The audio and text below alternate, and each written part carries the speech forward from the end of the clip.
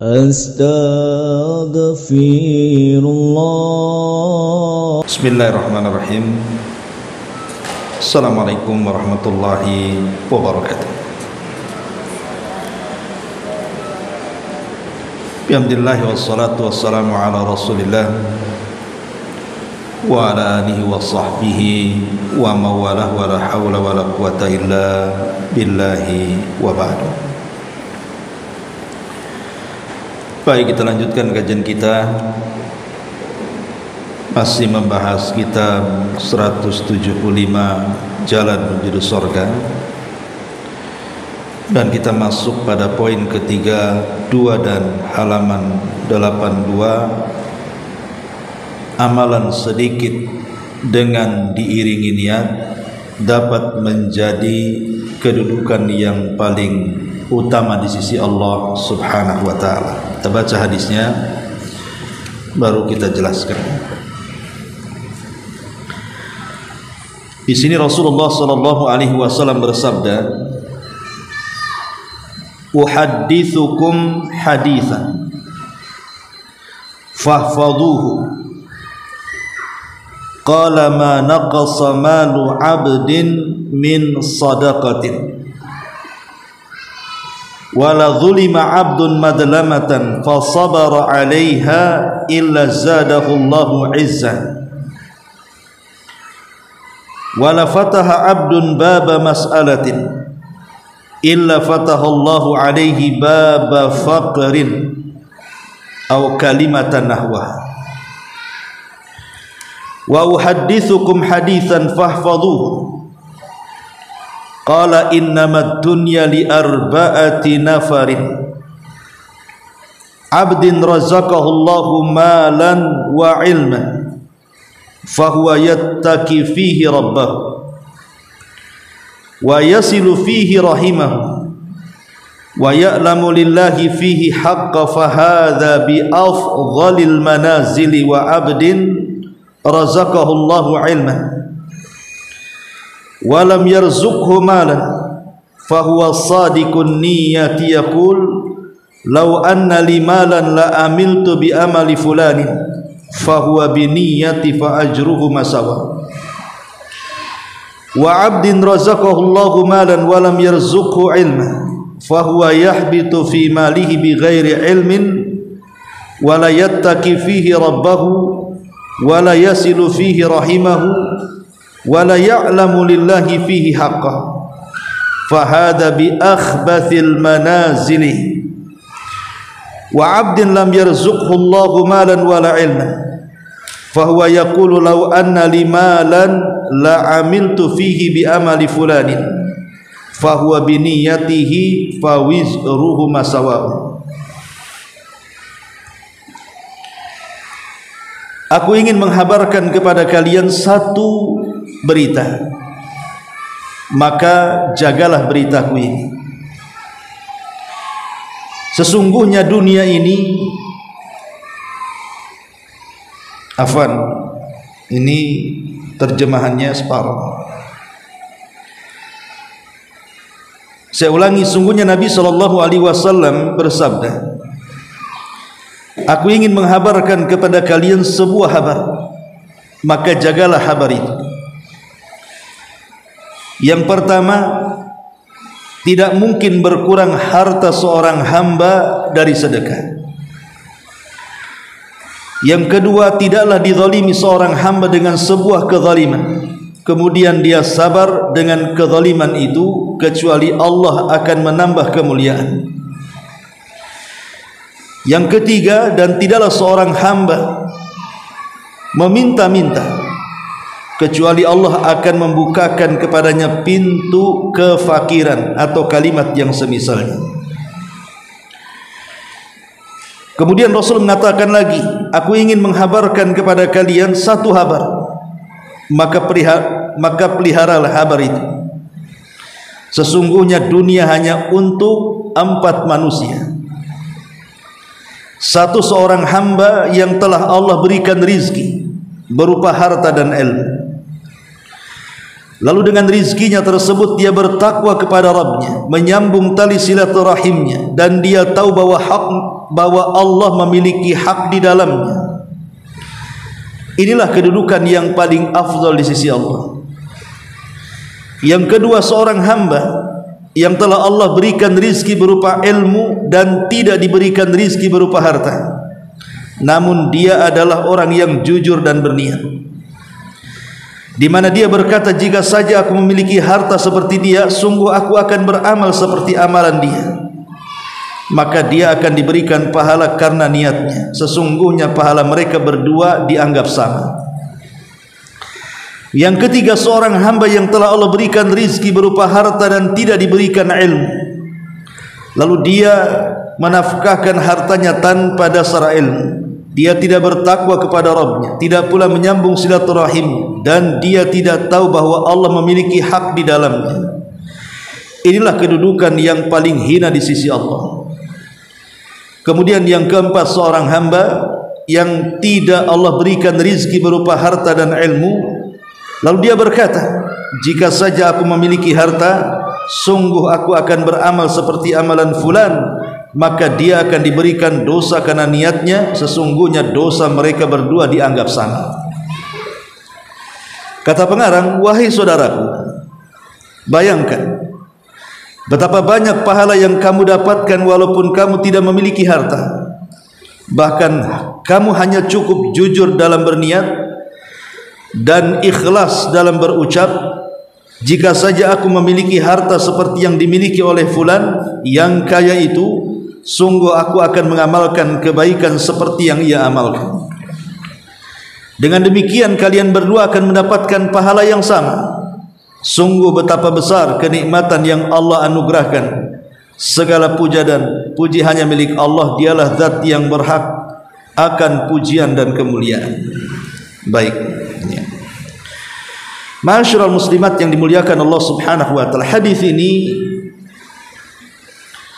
memiliki beberapa faedah. Yang pertama, ma naqasa malu 'abdin min sadaqah, bahwa harta yang disedekahkan itu tidak mungkin berkurang. Maknanya orang yang bersedekah tidak mungkin miskin. Tidak ada ceritanya orang yang sedekah jatuh miskin, jatuh bangkrut, jatuh susah, tidak ada. Yang ada, orang yang bersedekah itu mau mukmin mau kafir sekalipun, Allah tetap balas hartanya berlebih dan bertambah, berdasarkan sabda Nabi sallallahu alaihi wasallam. Cuman kalau kafir hanya bertambah di dunia, tapi di akhirat tidak dianggap sedekahnya. Adapun mukmin bertambah di dunia dan di akhirat akan digantikan dengan surga. Yang kedua, wala zulima abdun madlamatan fa sabara 'alaiha illa zadahu Allahu 'izzan. Kalau ada seorang hamba dizalimi, pamannya ibu disakiti dengan tetangganya, mungkin dalam bentuk ucapan ghibah, dihina, dicaci, dimaki, dibuli dan yang semacamnya, atau disakiti dengan tangannya, dengan tubuhnya, dengan isyaratnya, tapi ibu sabar tidak mau membalas. Biarkan dia bicara, kita diam saja sabar, tidak akan membalas. Maka dengan tidak membalasnya ibu karena dizalimi, maka hakikatnya ibu tidak sedang terhina, tapi ibu sedang dimuliakan. Karena ada orang yang mengatakan kalau ibu dicaci maki kemudian ibu diam, orang ngomong, kenapa kamu tidak membalasnya? Bukankah kamu disakiti? Nanti kesannya kamu direndahkan. Itu ucapan manusia mengatakan seperti itu. Tetapi di sisi Allah Subhanahu wa taala, dia sedang diangkat derajatnya. Dan ingat, kalau seandainya kita sampai membalas kezaliman dengan kezaliman, memang dalam Islam tidak ada masalah membalas dengan kezaliman orang yang melakukan kezaliman.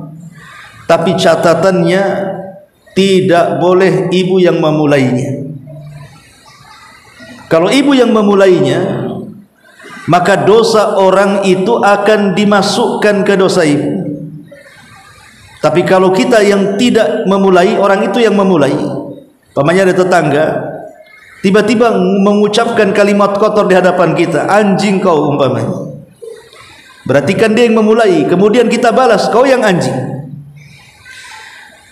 Balasan itu walaupun sakit karena menyebut kalimat binatang, tetapi kan ibu ini sedang membela diri.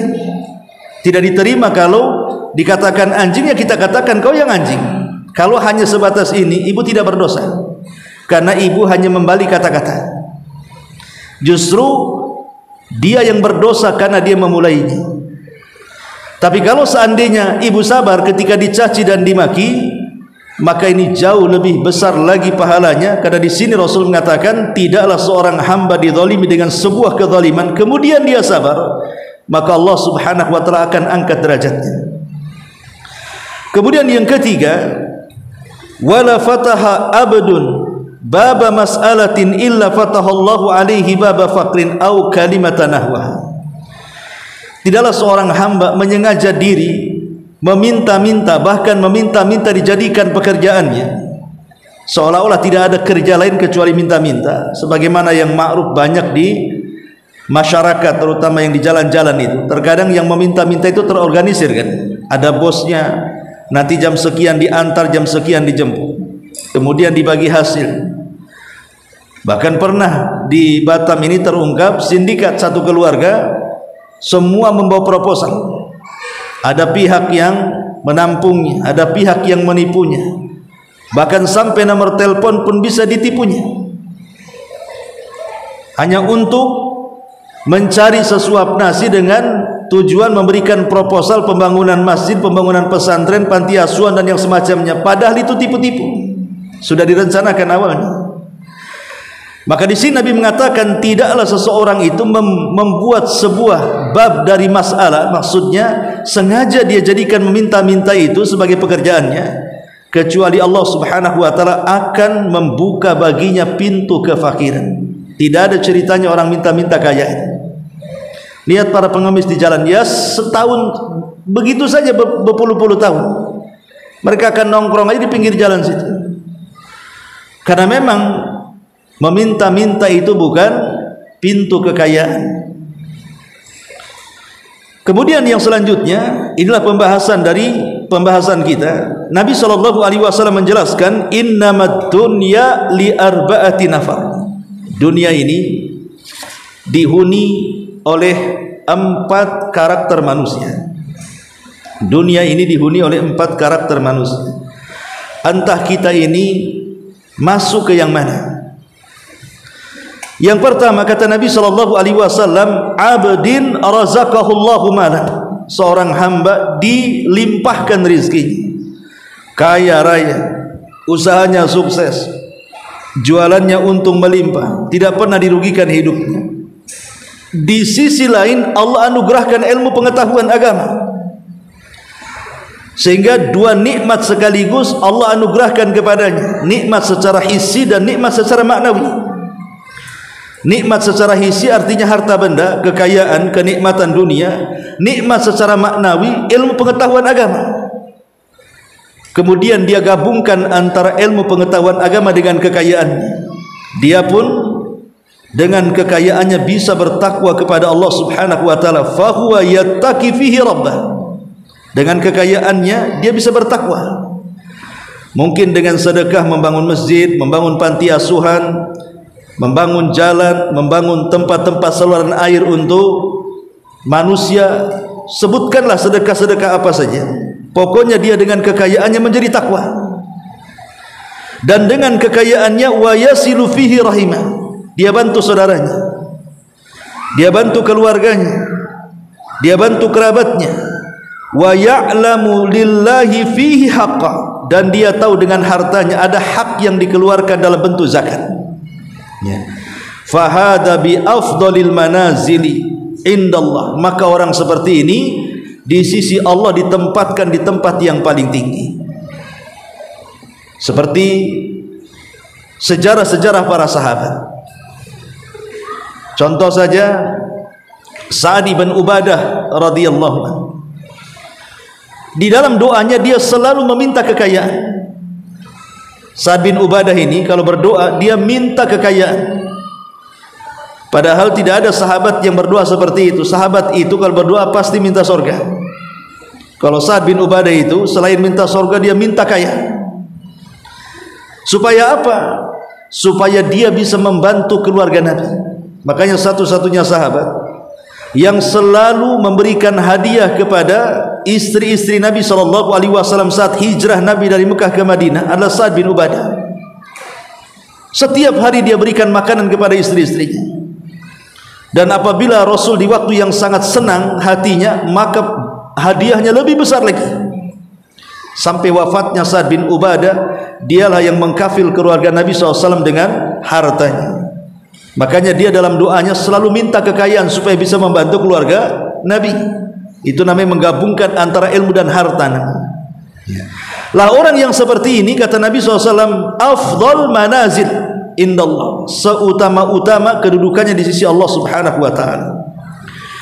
Kemudian yang kedua, abdin razaqahu ilman walam yarzuqhu malan, seorang hamba dianugerahkan banyak ilmu pengetahuan agama, dia alim dengan ilmunya, dia tahu hukum-hukum dalam agama. Masalahnya walam yarzuqhu malan, dia tidak diberikan harta. Dan ini yang banyak ya, ini yang banyak ustaz-ustaz kita itu hidupnya susah. Dia tidak kaya, tapi dia bisa berdakwah kemana-mana menyampaikan ilmu agama. Jadi ada orang itu diberikan ilmu pengetahuan agama luas, dia bisa berdakwah, dia mengajar manusia dengan lihainya, mengarahkan kepada agama. Masalahnya kehidupannya susah. Tidak seperti orang-orang yang di luar sana, yang tidak punya ilmu tapi banyak kekayaan. Tetapi karena dia punya ilmu walaupun tidak punya harta, dia pun ingin mendapatkan pahala seperti orang pertama. Bagaimana caranya? Dia mendapatkan pahala seperti orang yang punya harta, sementara dia tidak punya harta, cuma punya pengetahuan agama saja. Maka mulailah dia memasang niat dalam hatinya. Apa niatnya? Dia pun mengatakan, kalau sean lau anna limalan la amiltu bi amali fulani. Coba sekiranya aku punya harta banyak kayak dia. Coba kalau sekiranya aku punya kekayaan sama dengan dia, di mana dia bisa membangun rumah, pesantren, yayasan dan macam-macamnya, sarana-sarana dakwah, sarana-sarana umum dengan kekayaannya. Coba aku yang di posisinya, aku pun akan melakukan hal yang sama. Ketika dia memasang niat seperti itu, walaupun dia tidak bersedekah, tapi dia ada niat sedekah karena melihat orang yang bersedekah, maka Rasul mengatakan fa ajruhu masawa'un indallah, maka antara orang yang nomor dua dengan nomor pertama tadi di sisi Allah itu sama pahalanya. Padahal yang satu nyumbang dengan hartanya, yang satu nyumbang dengan niatnya. Tetapi karena niatnya sama, maka pahalanya juga disamakan di hadapan Allah Subhanahu wa ta'ala. Walaupun tentu perlakuan manusia di dunia akan berbeda. Orang yang suka nyumbang pasti dipuji. Orang yang tidak nyumbang hanya pasang niat saja, ya paling siapa yang mau memuji dia? Nggak ada actionnya. Tapi di hadapan Allah, karena dia sudah meniatkan seperti itu, maka dianggap pahalanya sama dengan kelompok yang pertama. Inilah yang disebut dengan al-ghibtah namanya. Ghibtah itu hasad yang terpuji. Hasad itu kan ada dua. Ada hasad yang tercela, seperti orang yang berangan-angan kekayaan orang lain hilang, atau lebih parah, berangan-angan supaya kekayaan orang lain hilang dan berpindah kepada dia. Ini namanya hasad yang tercela. Tapi ada yang semacam hasad namanya ghibtah. Itulah hasad yang terpuji. Dia berangan-angan supaya ingin seperti dia, tapi tidak berangan-angan kekayaan dia hilang ataupun berpindah kepada dia. Hanya ingin seperti dia saja dengan niatnya itu. Itulah hasad yang terpuji. Dari sini kita tahu sesungguhnya niat ini ada dua perkara. Pertama, menjadikan perkara-perkara mubah menjadi sebuah ketaatan dan sebuah ibadah, bahkan bisa mendekatkan diri kepada Allah dengan sedekat-dekatnya. Dan yang kedua, dengan memasang niat ini tanpa sadar dia sedang mengumpulkan banyak pahala. Dengan niat ini dia sedang mengumpulkan banyak pahala, walaupun dia tidak banyak melakukan apa-apa, hanya niat saja. Disitulah kata Imam Hasan Al-Basri rahimahullahu ta'ala, rubba saghirin tukabbiruhu niyah. Terkadang ada perkara kecil, tapi yang kecil dibesarkan oleh niatnya. Tapi terkadang ada perkara besar, rubba kabirin tusaghiruhu niyah. Terkadang ada perkara besar, tapi dikecilkan oleh niatnya. Jadi niat itu bisa mengecilkan yang besar dan bisa membesarkan yang kecil, tergantung niatnya baik ataukah buruk. Ma'asyiral muslimat yang dimuliakan Allah subhanahu wa ta'ala. Kemudian kata Nabi SAW, kelompok yang ketiga, abdin razaqahullahu malan walam yarzuqhu ilma. Ada seorang hamba Allah anugerahkan banyak nikmat dari kekayaan, bisnisnya lancar jaya, usahanya buka cabang di mana-mana, uangnya tidak pernah kekurangan selamanya, kaya raya, rumahnya, tanahnya, kendaraannya, uangnya, tabungannya, pokoknya betul-betul dipenuhi Allah subhanahu wa ta'ala sebagaimana keinginan banyak manusia. Masalahnya orang ketiga ini tidak dianugerahi ilmu pengetahuan agama. Dia kaya tapi miskin ilmu. Ketika dia kaya dan miskin ilmu, maka rahasia harta muncul. Jadilah orang yang paling bejat di dunia, karena dia tidak bisa menundukkan hawa nafsunya. Ingat, hawa nafsu itu hanya ditundukkan dengan ilmu pengetahuan agama. Kalau orang jahil dari agama, macam mana dia akan menundukkan hawa nafsunya? Ketika orang ini tidak bisa menundukkan hawa nafsunya, maka hawa nafsulah yang memerintahkan keburukan kepada hartanya. Disuruhnya dia kemudian dengan hartanya mendolimi orang, membayar preman, datang ke dukun, disuruh menyihir orang, menyakiti orang dengan hartanya. Kemudian dia pun mengadu domba orang, dengan kekayaannya dia pun bermaksiat, berzina, mabuk, judi dan yang semacamnya. Kenapa bisa seperti itu? Karena tidak ada yang mengerem. Lah, remnya itulah ilmu agama sebenarnya. Lah, kalau seandainya dia diberikan nikmat berupa harta yang banyak tapi tidak bisa mengerem dengan pengetahuannya, maka orang ini paling buruk di sisi Allah subhanahu wa ta'ala. Sudah diberikan nikmat tetapi kufur dengan nikmat, tidak diinfakkan sebagaimana yang dikehendaki zat yang memberikan nikmat kepadanya. Dan yang terakhir ini yang paling apes, sudah tidak punya uang, artinya tidak punya kekayaan sama sekali, miskin, kere gitu ya. Bukan hanya kere harta, ilmu pun tak punya. Sudah miskin harta, miskin ilmu, ini kuadrat. Dan orang-orang seperti ini umumnya kalau berangan-angan ingin kaya, pasti memilih orang ketiga. Dan dia akan mengatakan, coba kalau aku punya kekayaan seperti dia, aku juga mabuklah, aku juga bisa berzina, aku juga bisa ini dan itu dari kemungkaran dan kemaksiatan. Dipastikan seperti itu. Kenapa? Karena tidak ada dasar ilmu, maka angan-angannya jorok.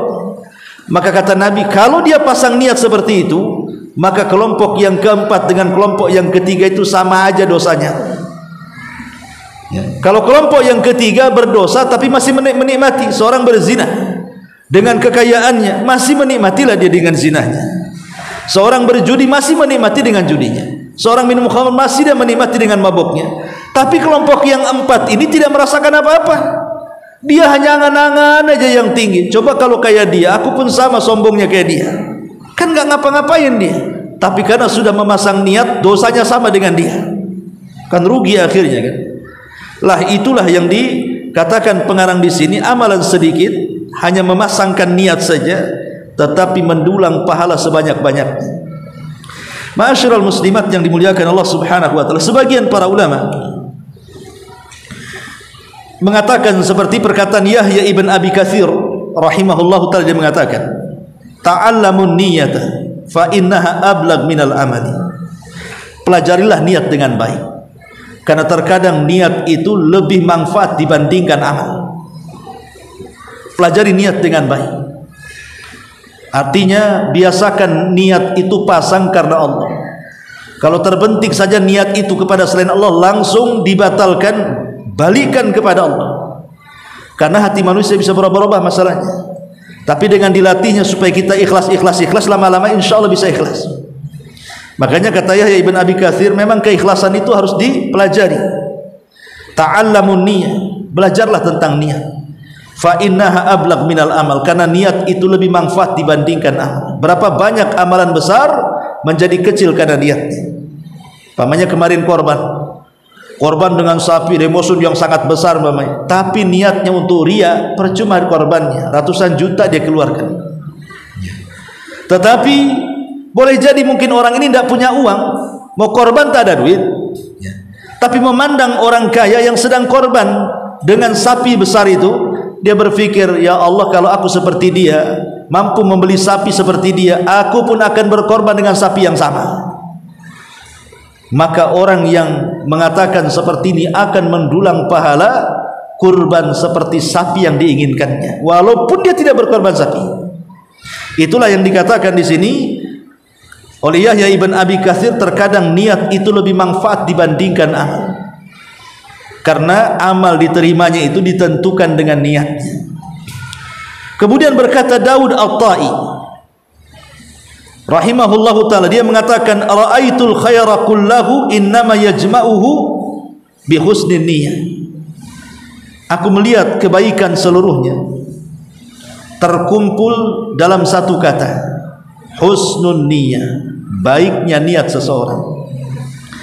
Kalau kita ingin mengumpulkan banyak kebaikan, cukup pasang niat dengan niat yang baik, maka kita sudah mengumpulkannya.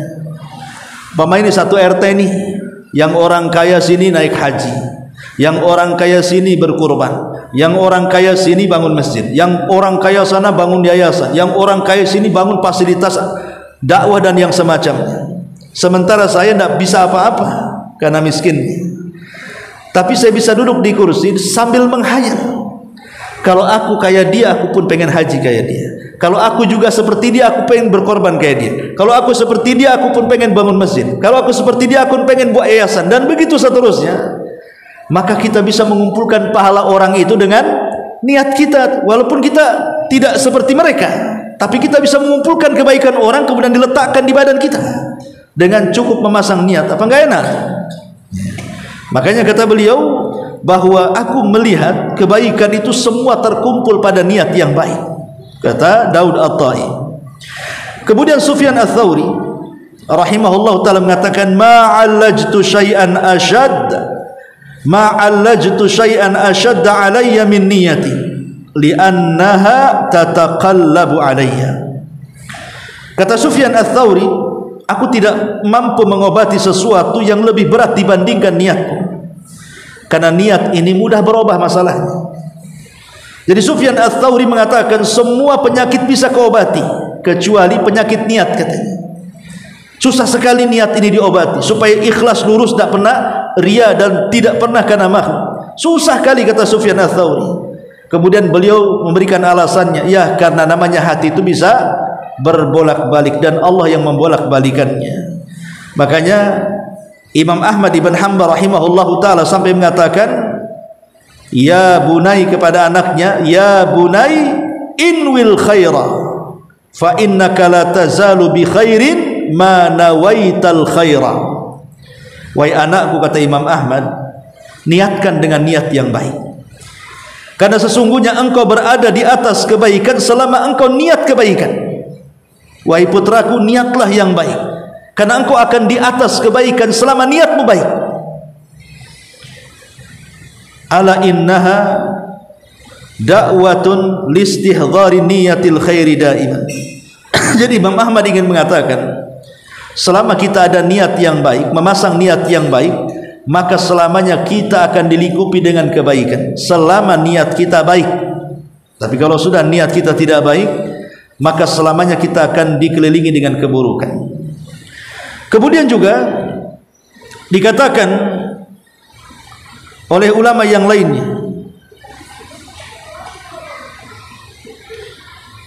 seperti yang dikatakan Al-Imam At-Tabari rahimahullahu ta'ala, beliau mengatakan, takhlisun niyati min fasadiha asyaddu alal amilina min tulil ijtihad.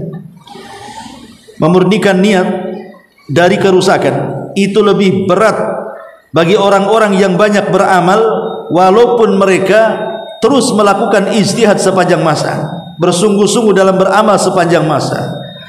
Artinya seberat-berat amalan badan tidak lebih berat dibandingkan amalan hati. Jadi seberat-beratnya amalan badan, sebutkan amalan badan apa yang paling berat? Salat 5 waktu, puasa yang menahan lapar, haji yang mengeluarkan harta dan kekayaan serta tenaga, atau berjihad yang bisa kemudian menyerahkan waktu, tenaga sampai nyawa, atau apa disebut amalan yang berat itu. Selama amalan berat itu dilakukan dengan badan kita, itu jauh lebih ringan dibandingkan amalan hati. Jadi amalan hati itu memang berat sekali. Untuk memasang ikhlas itu tidak semua bisa, karena awalnya sudah ikhlas, tengahnya pula datang riya.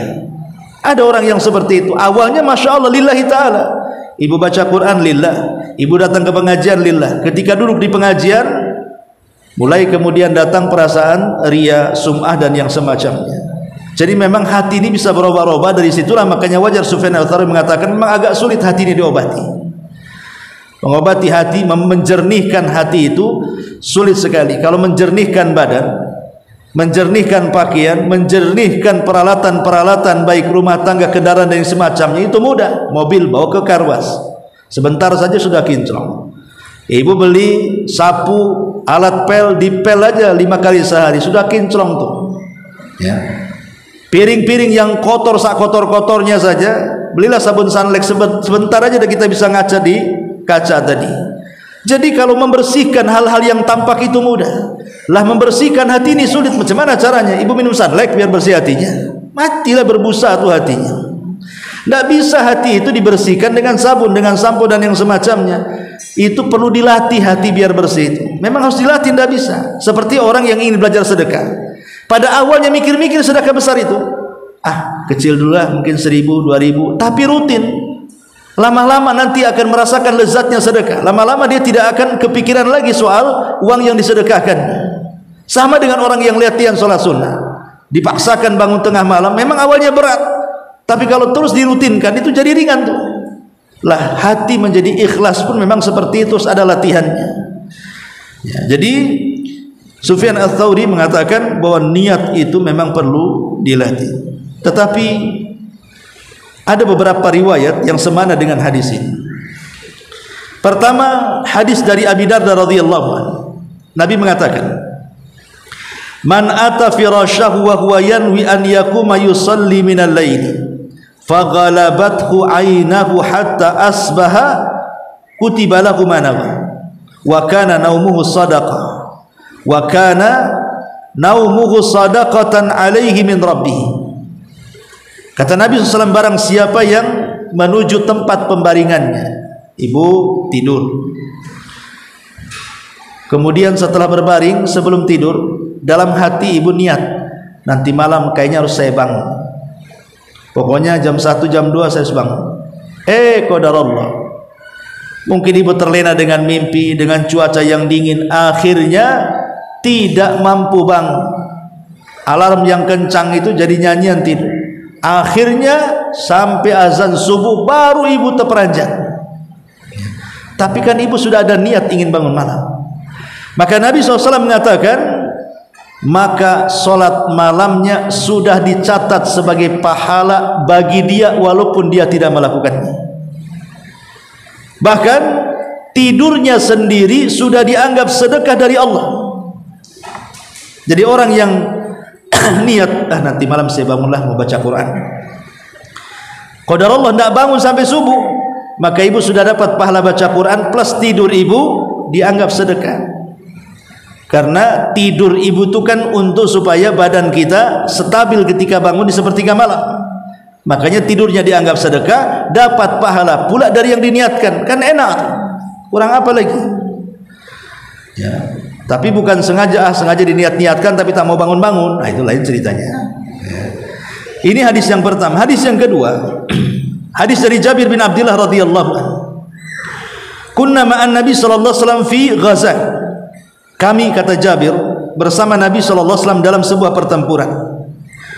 Faqala, maka Rasul mengatakan, "Inna bil madinati la rijalan masirtum masiran wala qata'tum wadiyan illa kanu ma'akum habasahumul maradu wa fi riwayatin habasahumul udhru wa fi riwayatin illa syarakukum fil ajri. Kata Nabi SAW di hadapan para sahabat ketika itu mereka sedang pulang dari peperangan, menang perang.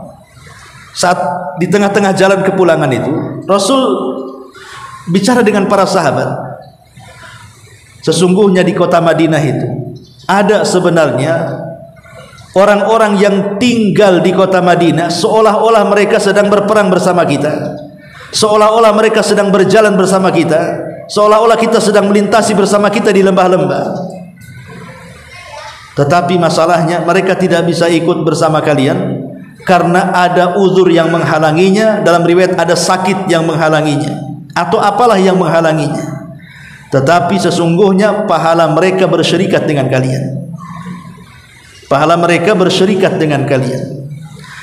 Kata para ulama, kalau seandainya seseorang itu biasa sholat malam, biasa puasa sunnah, biasa berzikir, biasa baca Quran, tiba-tiba sakit sehingga kebiasaan sholat malamnya tidak bisa dilakukan, kebiasaan baca Qurannya tidak bisa dibaca lagi, kebiasaan sedekahnya tidak bisa, kebiasaan berzikirnya berhenti. Maka selama ibu sakit, anggaplah setahun, maka kebiasaan-kebiasaan harian itu akan tetap mengalir pahalanya walaupun ibu tidak melakukannya. Sebab apa? Sebab kalau ibu tidak sakit pasti ibu melakukannya. Karena ibu sakit maka tidak bisa melakukannya. Lah Rasul mengatakan bahwa orang yang membiasakan beribadah tiba-tiba tidak bisa ibadah karena uzur, entah sakit dan yang semacamnya, maka tetap dicatat ibadah setiap malamnya. Dicatat ibadah solat malamnya, baca Qur'annya, wudunya, zikirnya, atau solat sunnahnya, duhanya, witirnya dan yang semacamnya, tetap dicatat. Itulah di sini niat ini berperan. Ya. Harus ada niat ketika kita sakit dalam hatinya. Coba saya enggak sakit, saya bisa sholat malam. Coba saya enggak sakit, saya bisa. Itu niat dipasang sama dia. Maka sesungguhnya dia akan tetap dapat pahala karena sudah dipasang niatnya. Karena kebiasaannya memang seperti itu. Lain kalau tidak punya kebiasaan niat sholat malam, dari dulu tidak pernah sholat malam dia. Tiba-tiba ujuk-ujuk waktu sakit ingin sholat malam. Gimana ceritanya? Sehat aja nggak sholat malam. Ya orang kayak gini nggak dapat apa-apa lah. Maksudnya ini kan orang yang terbiasa sholat malam, tiba-tiba sakit, niat ingin sholat malam tapi tak bisa, maka dia tetap mendapatkan sholat malam. Ya, ini juga diantara hadis yang semakna tentang masalah fadilah niat. Kemudian juga hadis yang ketiga, hadis dari Ibnu Abbas radhiyallahu anhu dari Nabi sallallahu alaihi wasallam dalam hadis qudsi, Allah berfirman, Innallaha katabal hasanati was sayyi'at. Allah itu mencatat semua perbuatan baik ataupun perbuatan buruk. Tsumma bayyana dzalik fi kitabih. Kemudian Allah jelaskan di dalam kitabnya. Kata Nabi, "Faman hamma bihasanatin falam ya'malha." Barang siapa punya niat yang baik dan dia belum mengamalkannya, katabahallahu lahu indahu hasanatan kamilah. Tetap Allah sudah mencatat satu kebaikan sempurna kepada dia. Wa man hamma bisayyi'atin, tapi sebaliknya barang siapa yang berniat dengan niat keburukan, walam ya'malha, dan dia tidak mengamalkannya, Allah tidak mencatat keburukannya. Jadi kalau niat baik walaupun belum diamalkan Allah catat, kalau niat buruk kalau belum diamalkan belum dicatat sampai diamalkan. Begitulah rahmat Allah lebih luas dibandingkan kemurkaannya. Dan itu juga menunjukkan apa? Keutamaan niat. Belum melakukan baru niat sudah berpahala. Macam mana melakukannya? Seperti mamanya ibu mau datang ke pengajian, sudah ada niat memang dari pagi itu saya ingin ngaji lah, udah lama tak ngaji mama. Qadarullah ada tamu, tak jadi berangkat kan ya. Tetap dicatat dapat pahala ikut pengajian walaupun badannya tidak hadir di pengajian. Makanya niat yang baik itu pasang aja. Soal bisa nanti melakukan atau tidak gitu urusan Allah Subhanahu wa taala. Tetapi memasang niat yang baik itu sebuah kebaikan dan pahala yang sangat besar. Pahala yang sangat besar. Seperti ibu-ibu mamanya menyekolahkan anaknya di pesantren, di sekolah-sekolah IT, di tempat-tempat yang di situ banyak mempelajari ilmu agama. Ibu sekolahkan di situ. Mungkin TK, SD, SMP, SMA gitu atau sampai perguruan tinggi. Ibu pasang niat ketika nyekolahkan anak itu. Ya Allah, tujuan saya menyekolahkan anak saya di TK, di SD itu untuk mengangkat kejahilan dia, supaya dia tidak bodoh. Dan kalau dia sudah pintar, mudah-mudahan dia bisa mengangkat kejahilan orang lain. Jadi niat memasukkan anak itu karena Allah, supaya dia cerdas dan mencerdaskan orang. Walaupun anak ibu yang sekolah, ibu tidak ngapa-ngapain, ibu hanya ngarahkan saja, maka pahala anak itu selama dia belajar agama, maka ibu akan mendapatkan. Kenapa? Karena niatnya tadi ingin menjadikan anak itu cerdas dan mencerdaskan orang, mengangkat kejahilan dan mengangkat kejahilan pada diri sendiri atau mengangkat kejahilan kepada orang lain. Kan enak, duduk-duduk dapat pahala banyak. Itu namanya multi level pahala, namanya mengalir terus dari anak-anak yang belajar karena sokongan orang tua dan niat yang baik orang tua menyekolahkan anak-anak, sehingga tidak ada ruginya sama sekali. Nah, ini juga di antara hadis yang ketiga yang menunjukkan tentang pentingnya niat baik. Ya, niat ini, Bu, ada beberapa keunggulan. Pertama, al-insan yablughu bi niyatihi ma la yablughu bi amalihi. Terkadang seorang hamba itu mampu mencapai derajat yang tinggi yang tidak bisa dilakukan dengan amalannya. Jadi terkadang niat itu menerbangkan kita ke tempat yang tinggi yang amalan kita tidak sanggup mencapainya. Ini berdasarkan hadis ini, hadis yang kita baca ini, di mana harta menjadi manfaat karena ada niat yang baik dari ilmu pengetahuannya. Makanya dia mendapatkan kelompok pertama itu, kenapa dia mendapatkan tempat yang paling tinggi coba di sisi Allah? Bukan karena hartanya, bukan. Karena kelompok yang ketiga pun punya harta tapi masuk neraka. Kelompok yang pertama punya harta tapi masuk surga dan dapat kedudukan yang paling tinggi pula di surga. Apakah karena hartanya? Bukan karena hartanya, tapi karena ilmunya.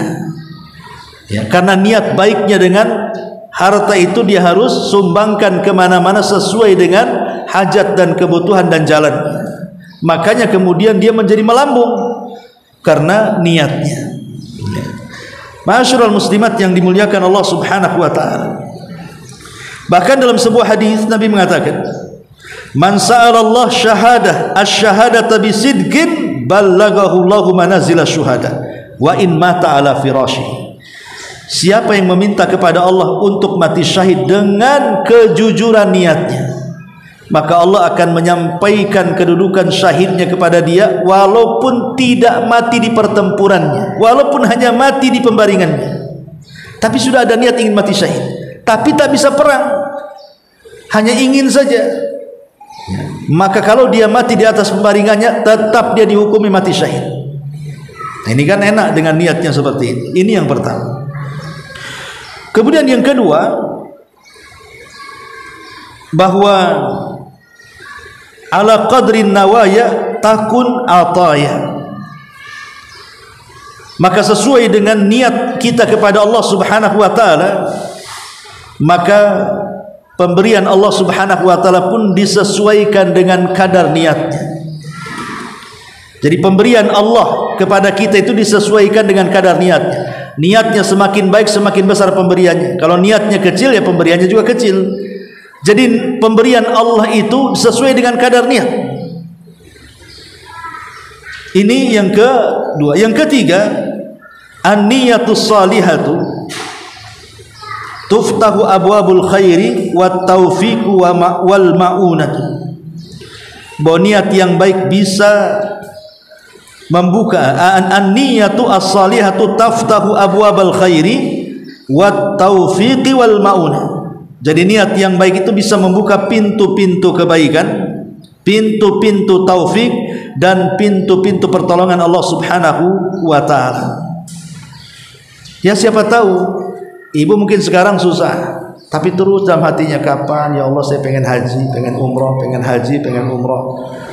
Sebenarnya ibu secara materi tidak, ini mungkin ibu nabung 100 tahun pun dengan kondisi ibu mungkin dalam pikirannya enggak mungkin juga bisa haji ya. Tetapi terus niat seperti itu, apa-apa susah tapi saya pengen haji, pengen haji, pengen haji. insya Allah terkadang Allah kabulkan keinginan kita, walaupun mungkin secara logika sebenarnya tidak sanggup dia mengumpulkan biaya sebanyak itu. Karena memang begitulah terkadang niat ini bisa membuka pintu-pintu kebaikan tanpa sadar. Ma'asyiral muslimat yang dimuliakan Allah Azza wa Jalla. Kemudian yang keempat, sirru silahika fi salahi sirrika, bahwa rahasia baiknya yang zahir dari badan kita itu ditentukan dari yang rahasia dalam badan kita. Jadi baik buruknya penampilan kita itu sebenarnya cerminan dari baik buruknya yang ada dalam badan kita ini. Kalau hati kita baik, secara otomatis penampilan baik. Kalau hati kita jahat, pasti penampilannya juga jahat. Jadi niat itu yang menentukan. Artinya perlunya seseorang itu memperbaharui niatnya. Ma'asyiral muslimat yang dimuliakan Allah Azza wa Jalla. Dan yang terakhir tentunya, niat ini bisa menjadikan orang celaka dan bisa menjadikan orang beruntung. Seperti dalam hadis yang kita baca, orang ini tidak punya harta, tidak punya ilmu pengetahuan agama, tapi pasang niat jelek. Kalau saya seperti dia mabok, saya pun pengen mabok. Akhirnya dia tidak mabok, tapi tercatat dosa mabok. Yang satu mengatakan, aku pun kalau kayak dia pengen haji, tapi tak bisa haji. Walaupun dia tidak berangkat ke tanah suci untuk haji, tapi Allah sudah kasihkan di badannya pahala haji. Kan enak. Ya, jadi sebenarnya mencari pahala bagi orang yang berilmu itu mudah, dan mencari pahala bagi orang yang jahil itu kayak susahnya setengah mati. Padahal mengumpulkan pahala itu mudah bagi orang yang berilmu, ya, yang tahu caranya dan jalannya. Tapi kalau tidak tahu cara dan jalannya, ya susah mati dia mencari pahala macam mana caranya. Wallahu alam. Ini diantara keterangan poin ke-32 halaman 82. Baik, sampai di sini. Sebelum saya tutup, boleh bertanya silakan.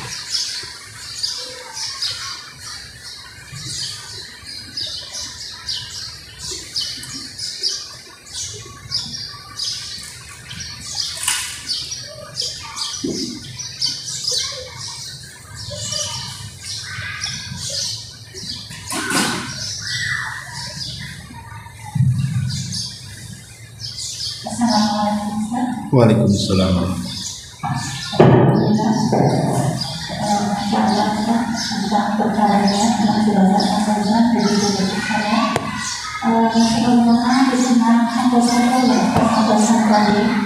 Ketika seseorang yang berniat tanpa sengaja mengumpulkan banyak pahala, yang salah satunya ketika dia melihat orang berhaji, orang berinfak dan sebagainya. Terus gimana kita membedakan antara niat dan khayalan? Sebagaimana dikatakan, pemutus dari angan-angan itu adalah kematian. Untuk membedakannya gimana? Iya, alhamdulillah. Niat itu punya kesungguhan. Kalau angan-angan itu tidak ada kesungguhan. Umpamanya orang pengen sholat malam, memang dia bisa sholat malam, sehingga ada kesungguhan untuk bangun. Dengan cara apa? Pasang alarm, berwudu supaya nggak diganggu setan. Kemudian juga cari posisi tidur supaya tidak nyenyak dalam tidurnya, entah baring ke arah kanan, ke dekat jantung, biar kalau dengar suara langsung bangun. Itu kan ada kesungguhan dia. Itu namanya niat. Tapi kalau angan-angan itu dia nggak pernah sholat malam, entah malaikat kapan masuk di hatinya, melamun untuk kapan saya bisa sholat malam. Tapi tak mau pasang alarm, sengaja AC pun dipasang bukan 16, 10 dia pasang, kayak kutub ya. Nggak ada niat, memang sebenarnya dia nggak punya niat bangun, dia cuma menghayal aja kan begitu. Lah di situ sebenarnya lihat kepada ijtihad, sebenarnya kesungguhannya. Mana orang yang menghayal, mana orang yang melihat, itu dari kesungguhannya di situ. Makanya istilah para ulama itu dengan disebutkan sidqun niyah, jujur dalam niat. Dilihat kejujurannya karena ada kesungguhan dari niatnya. Wallahu a'lam.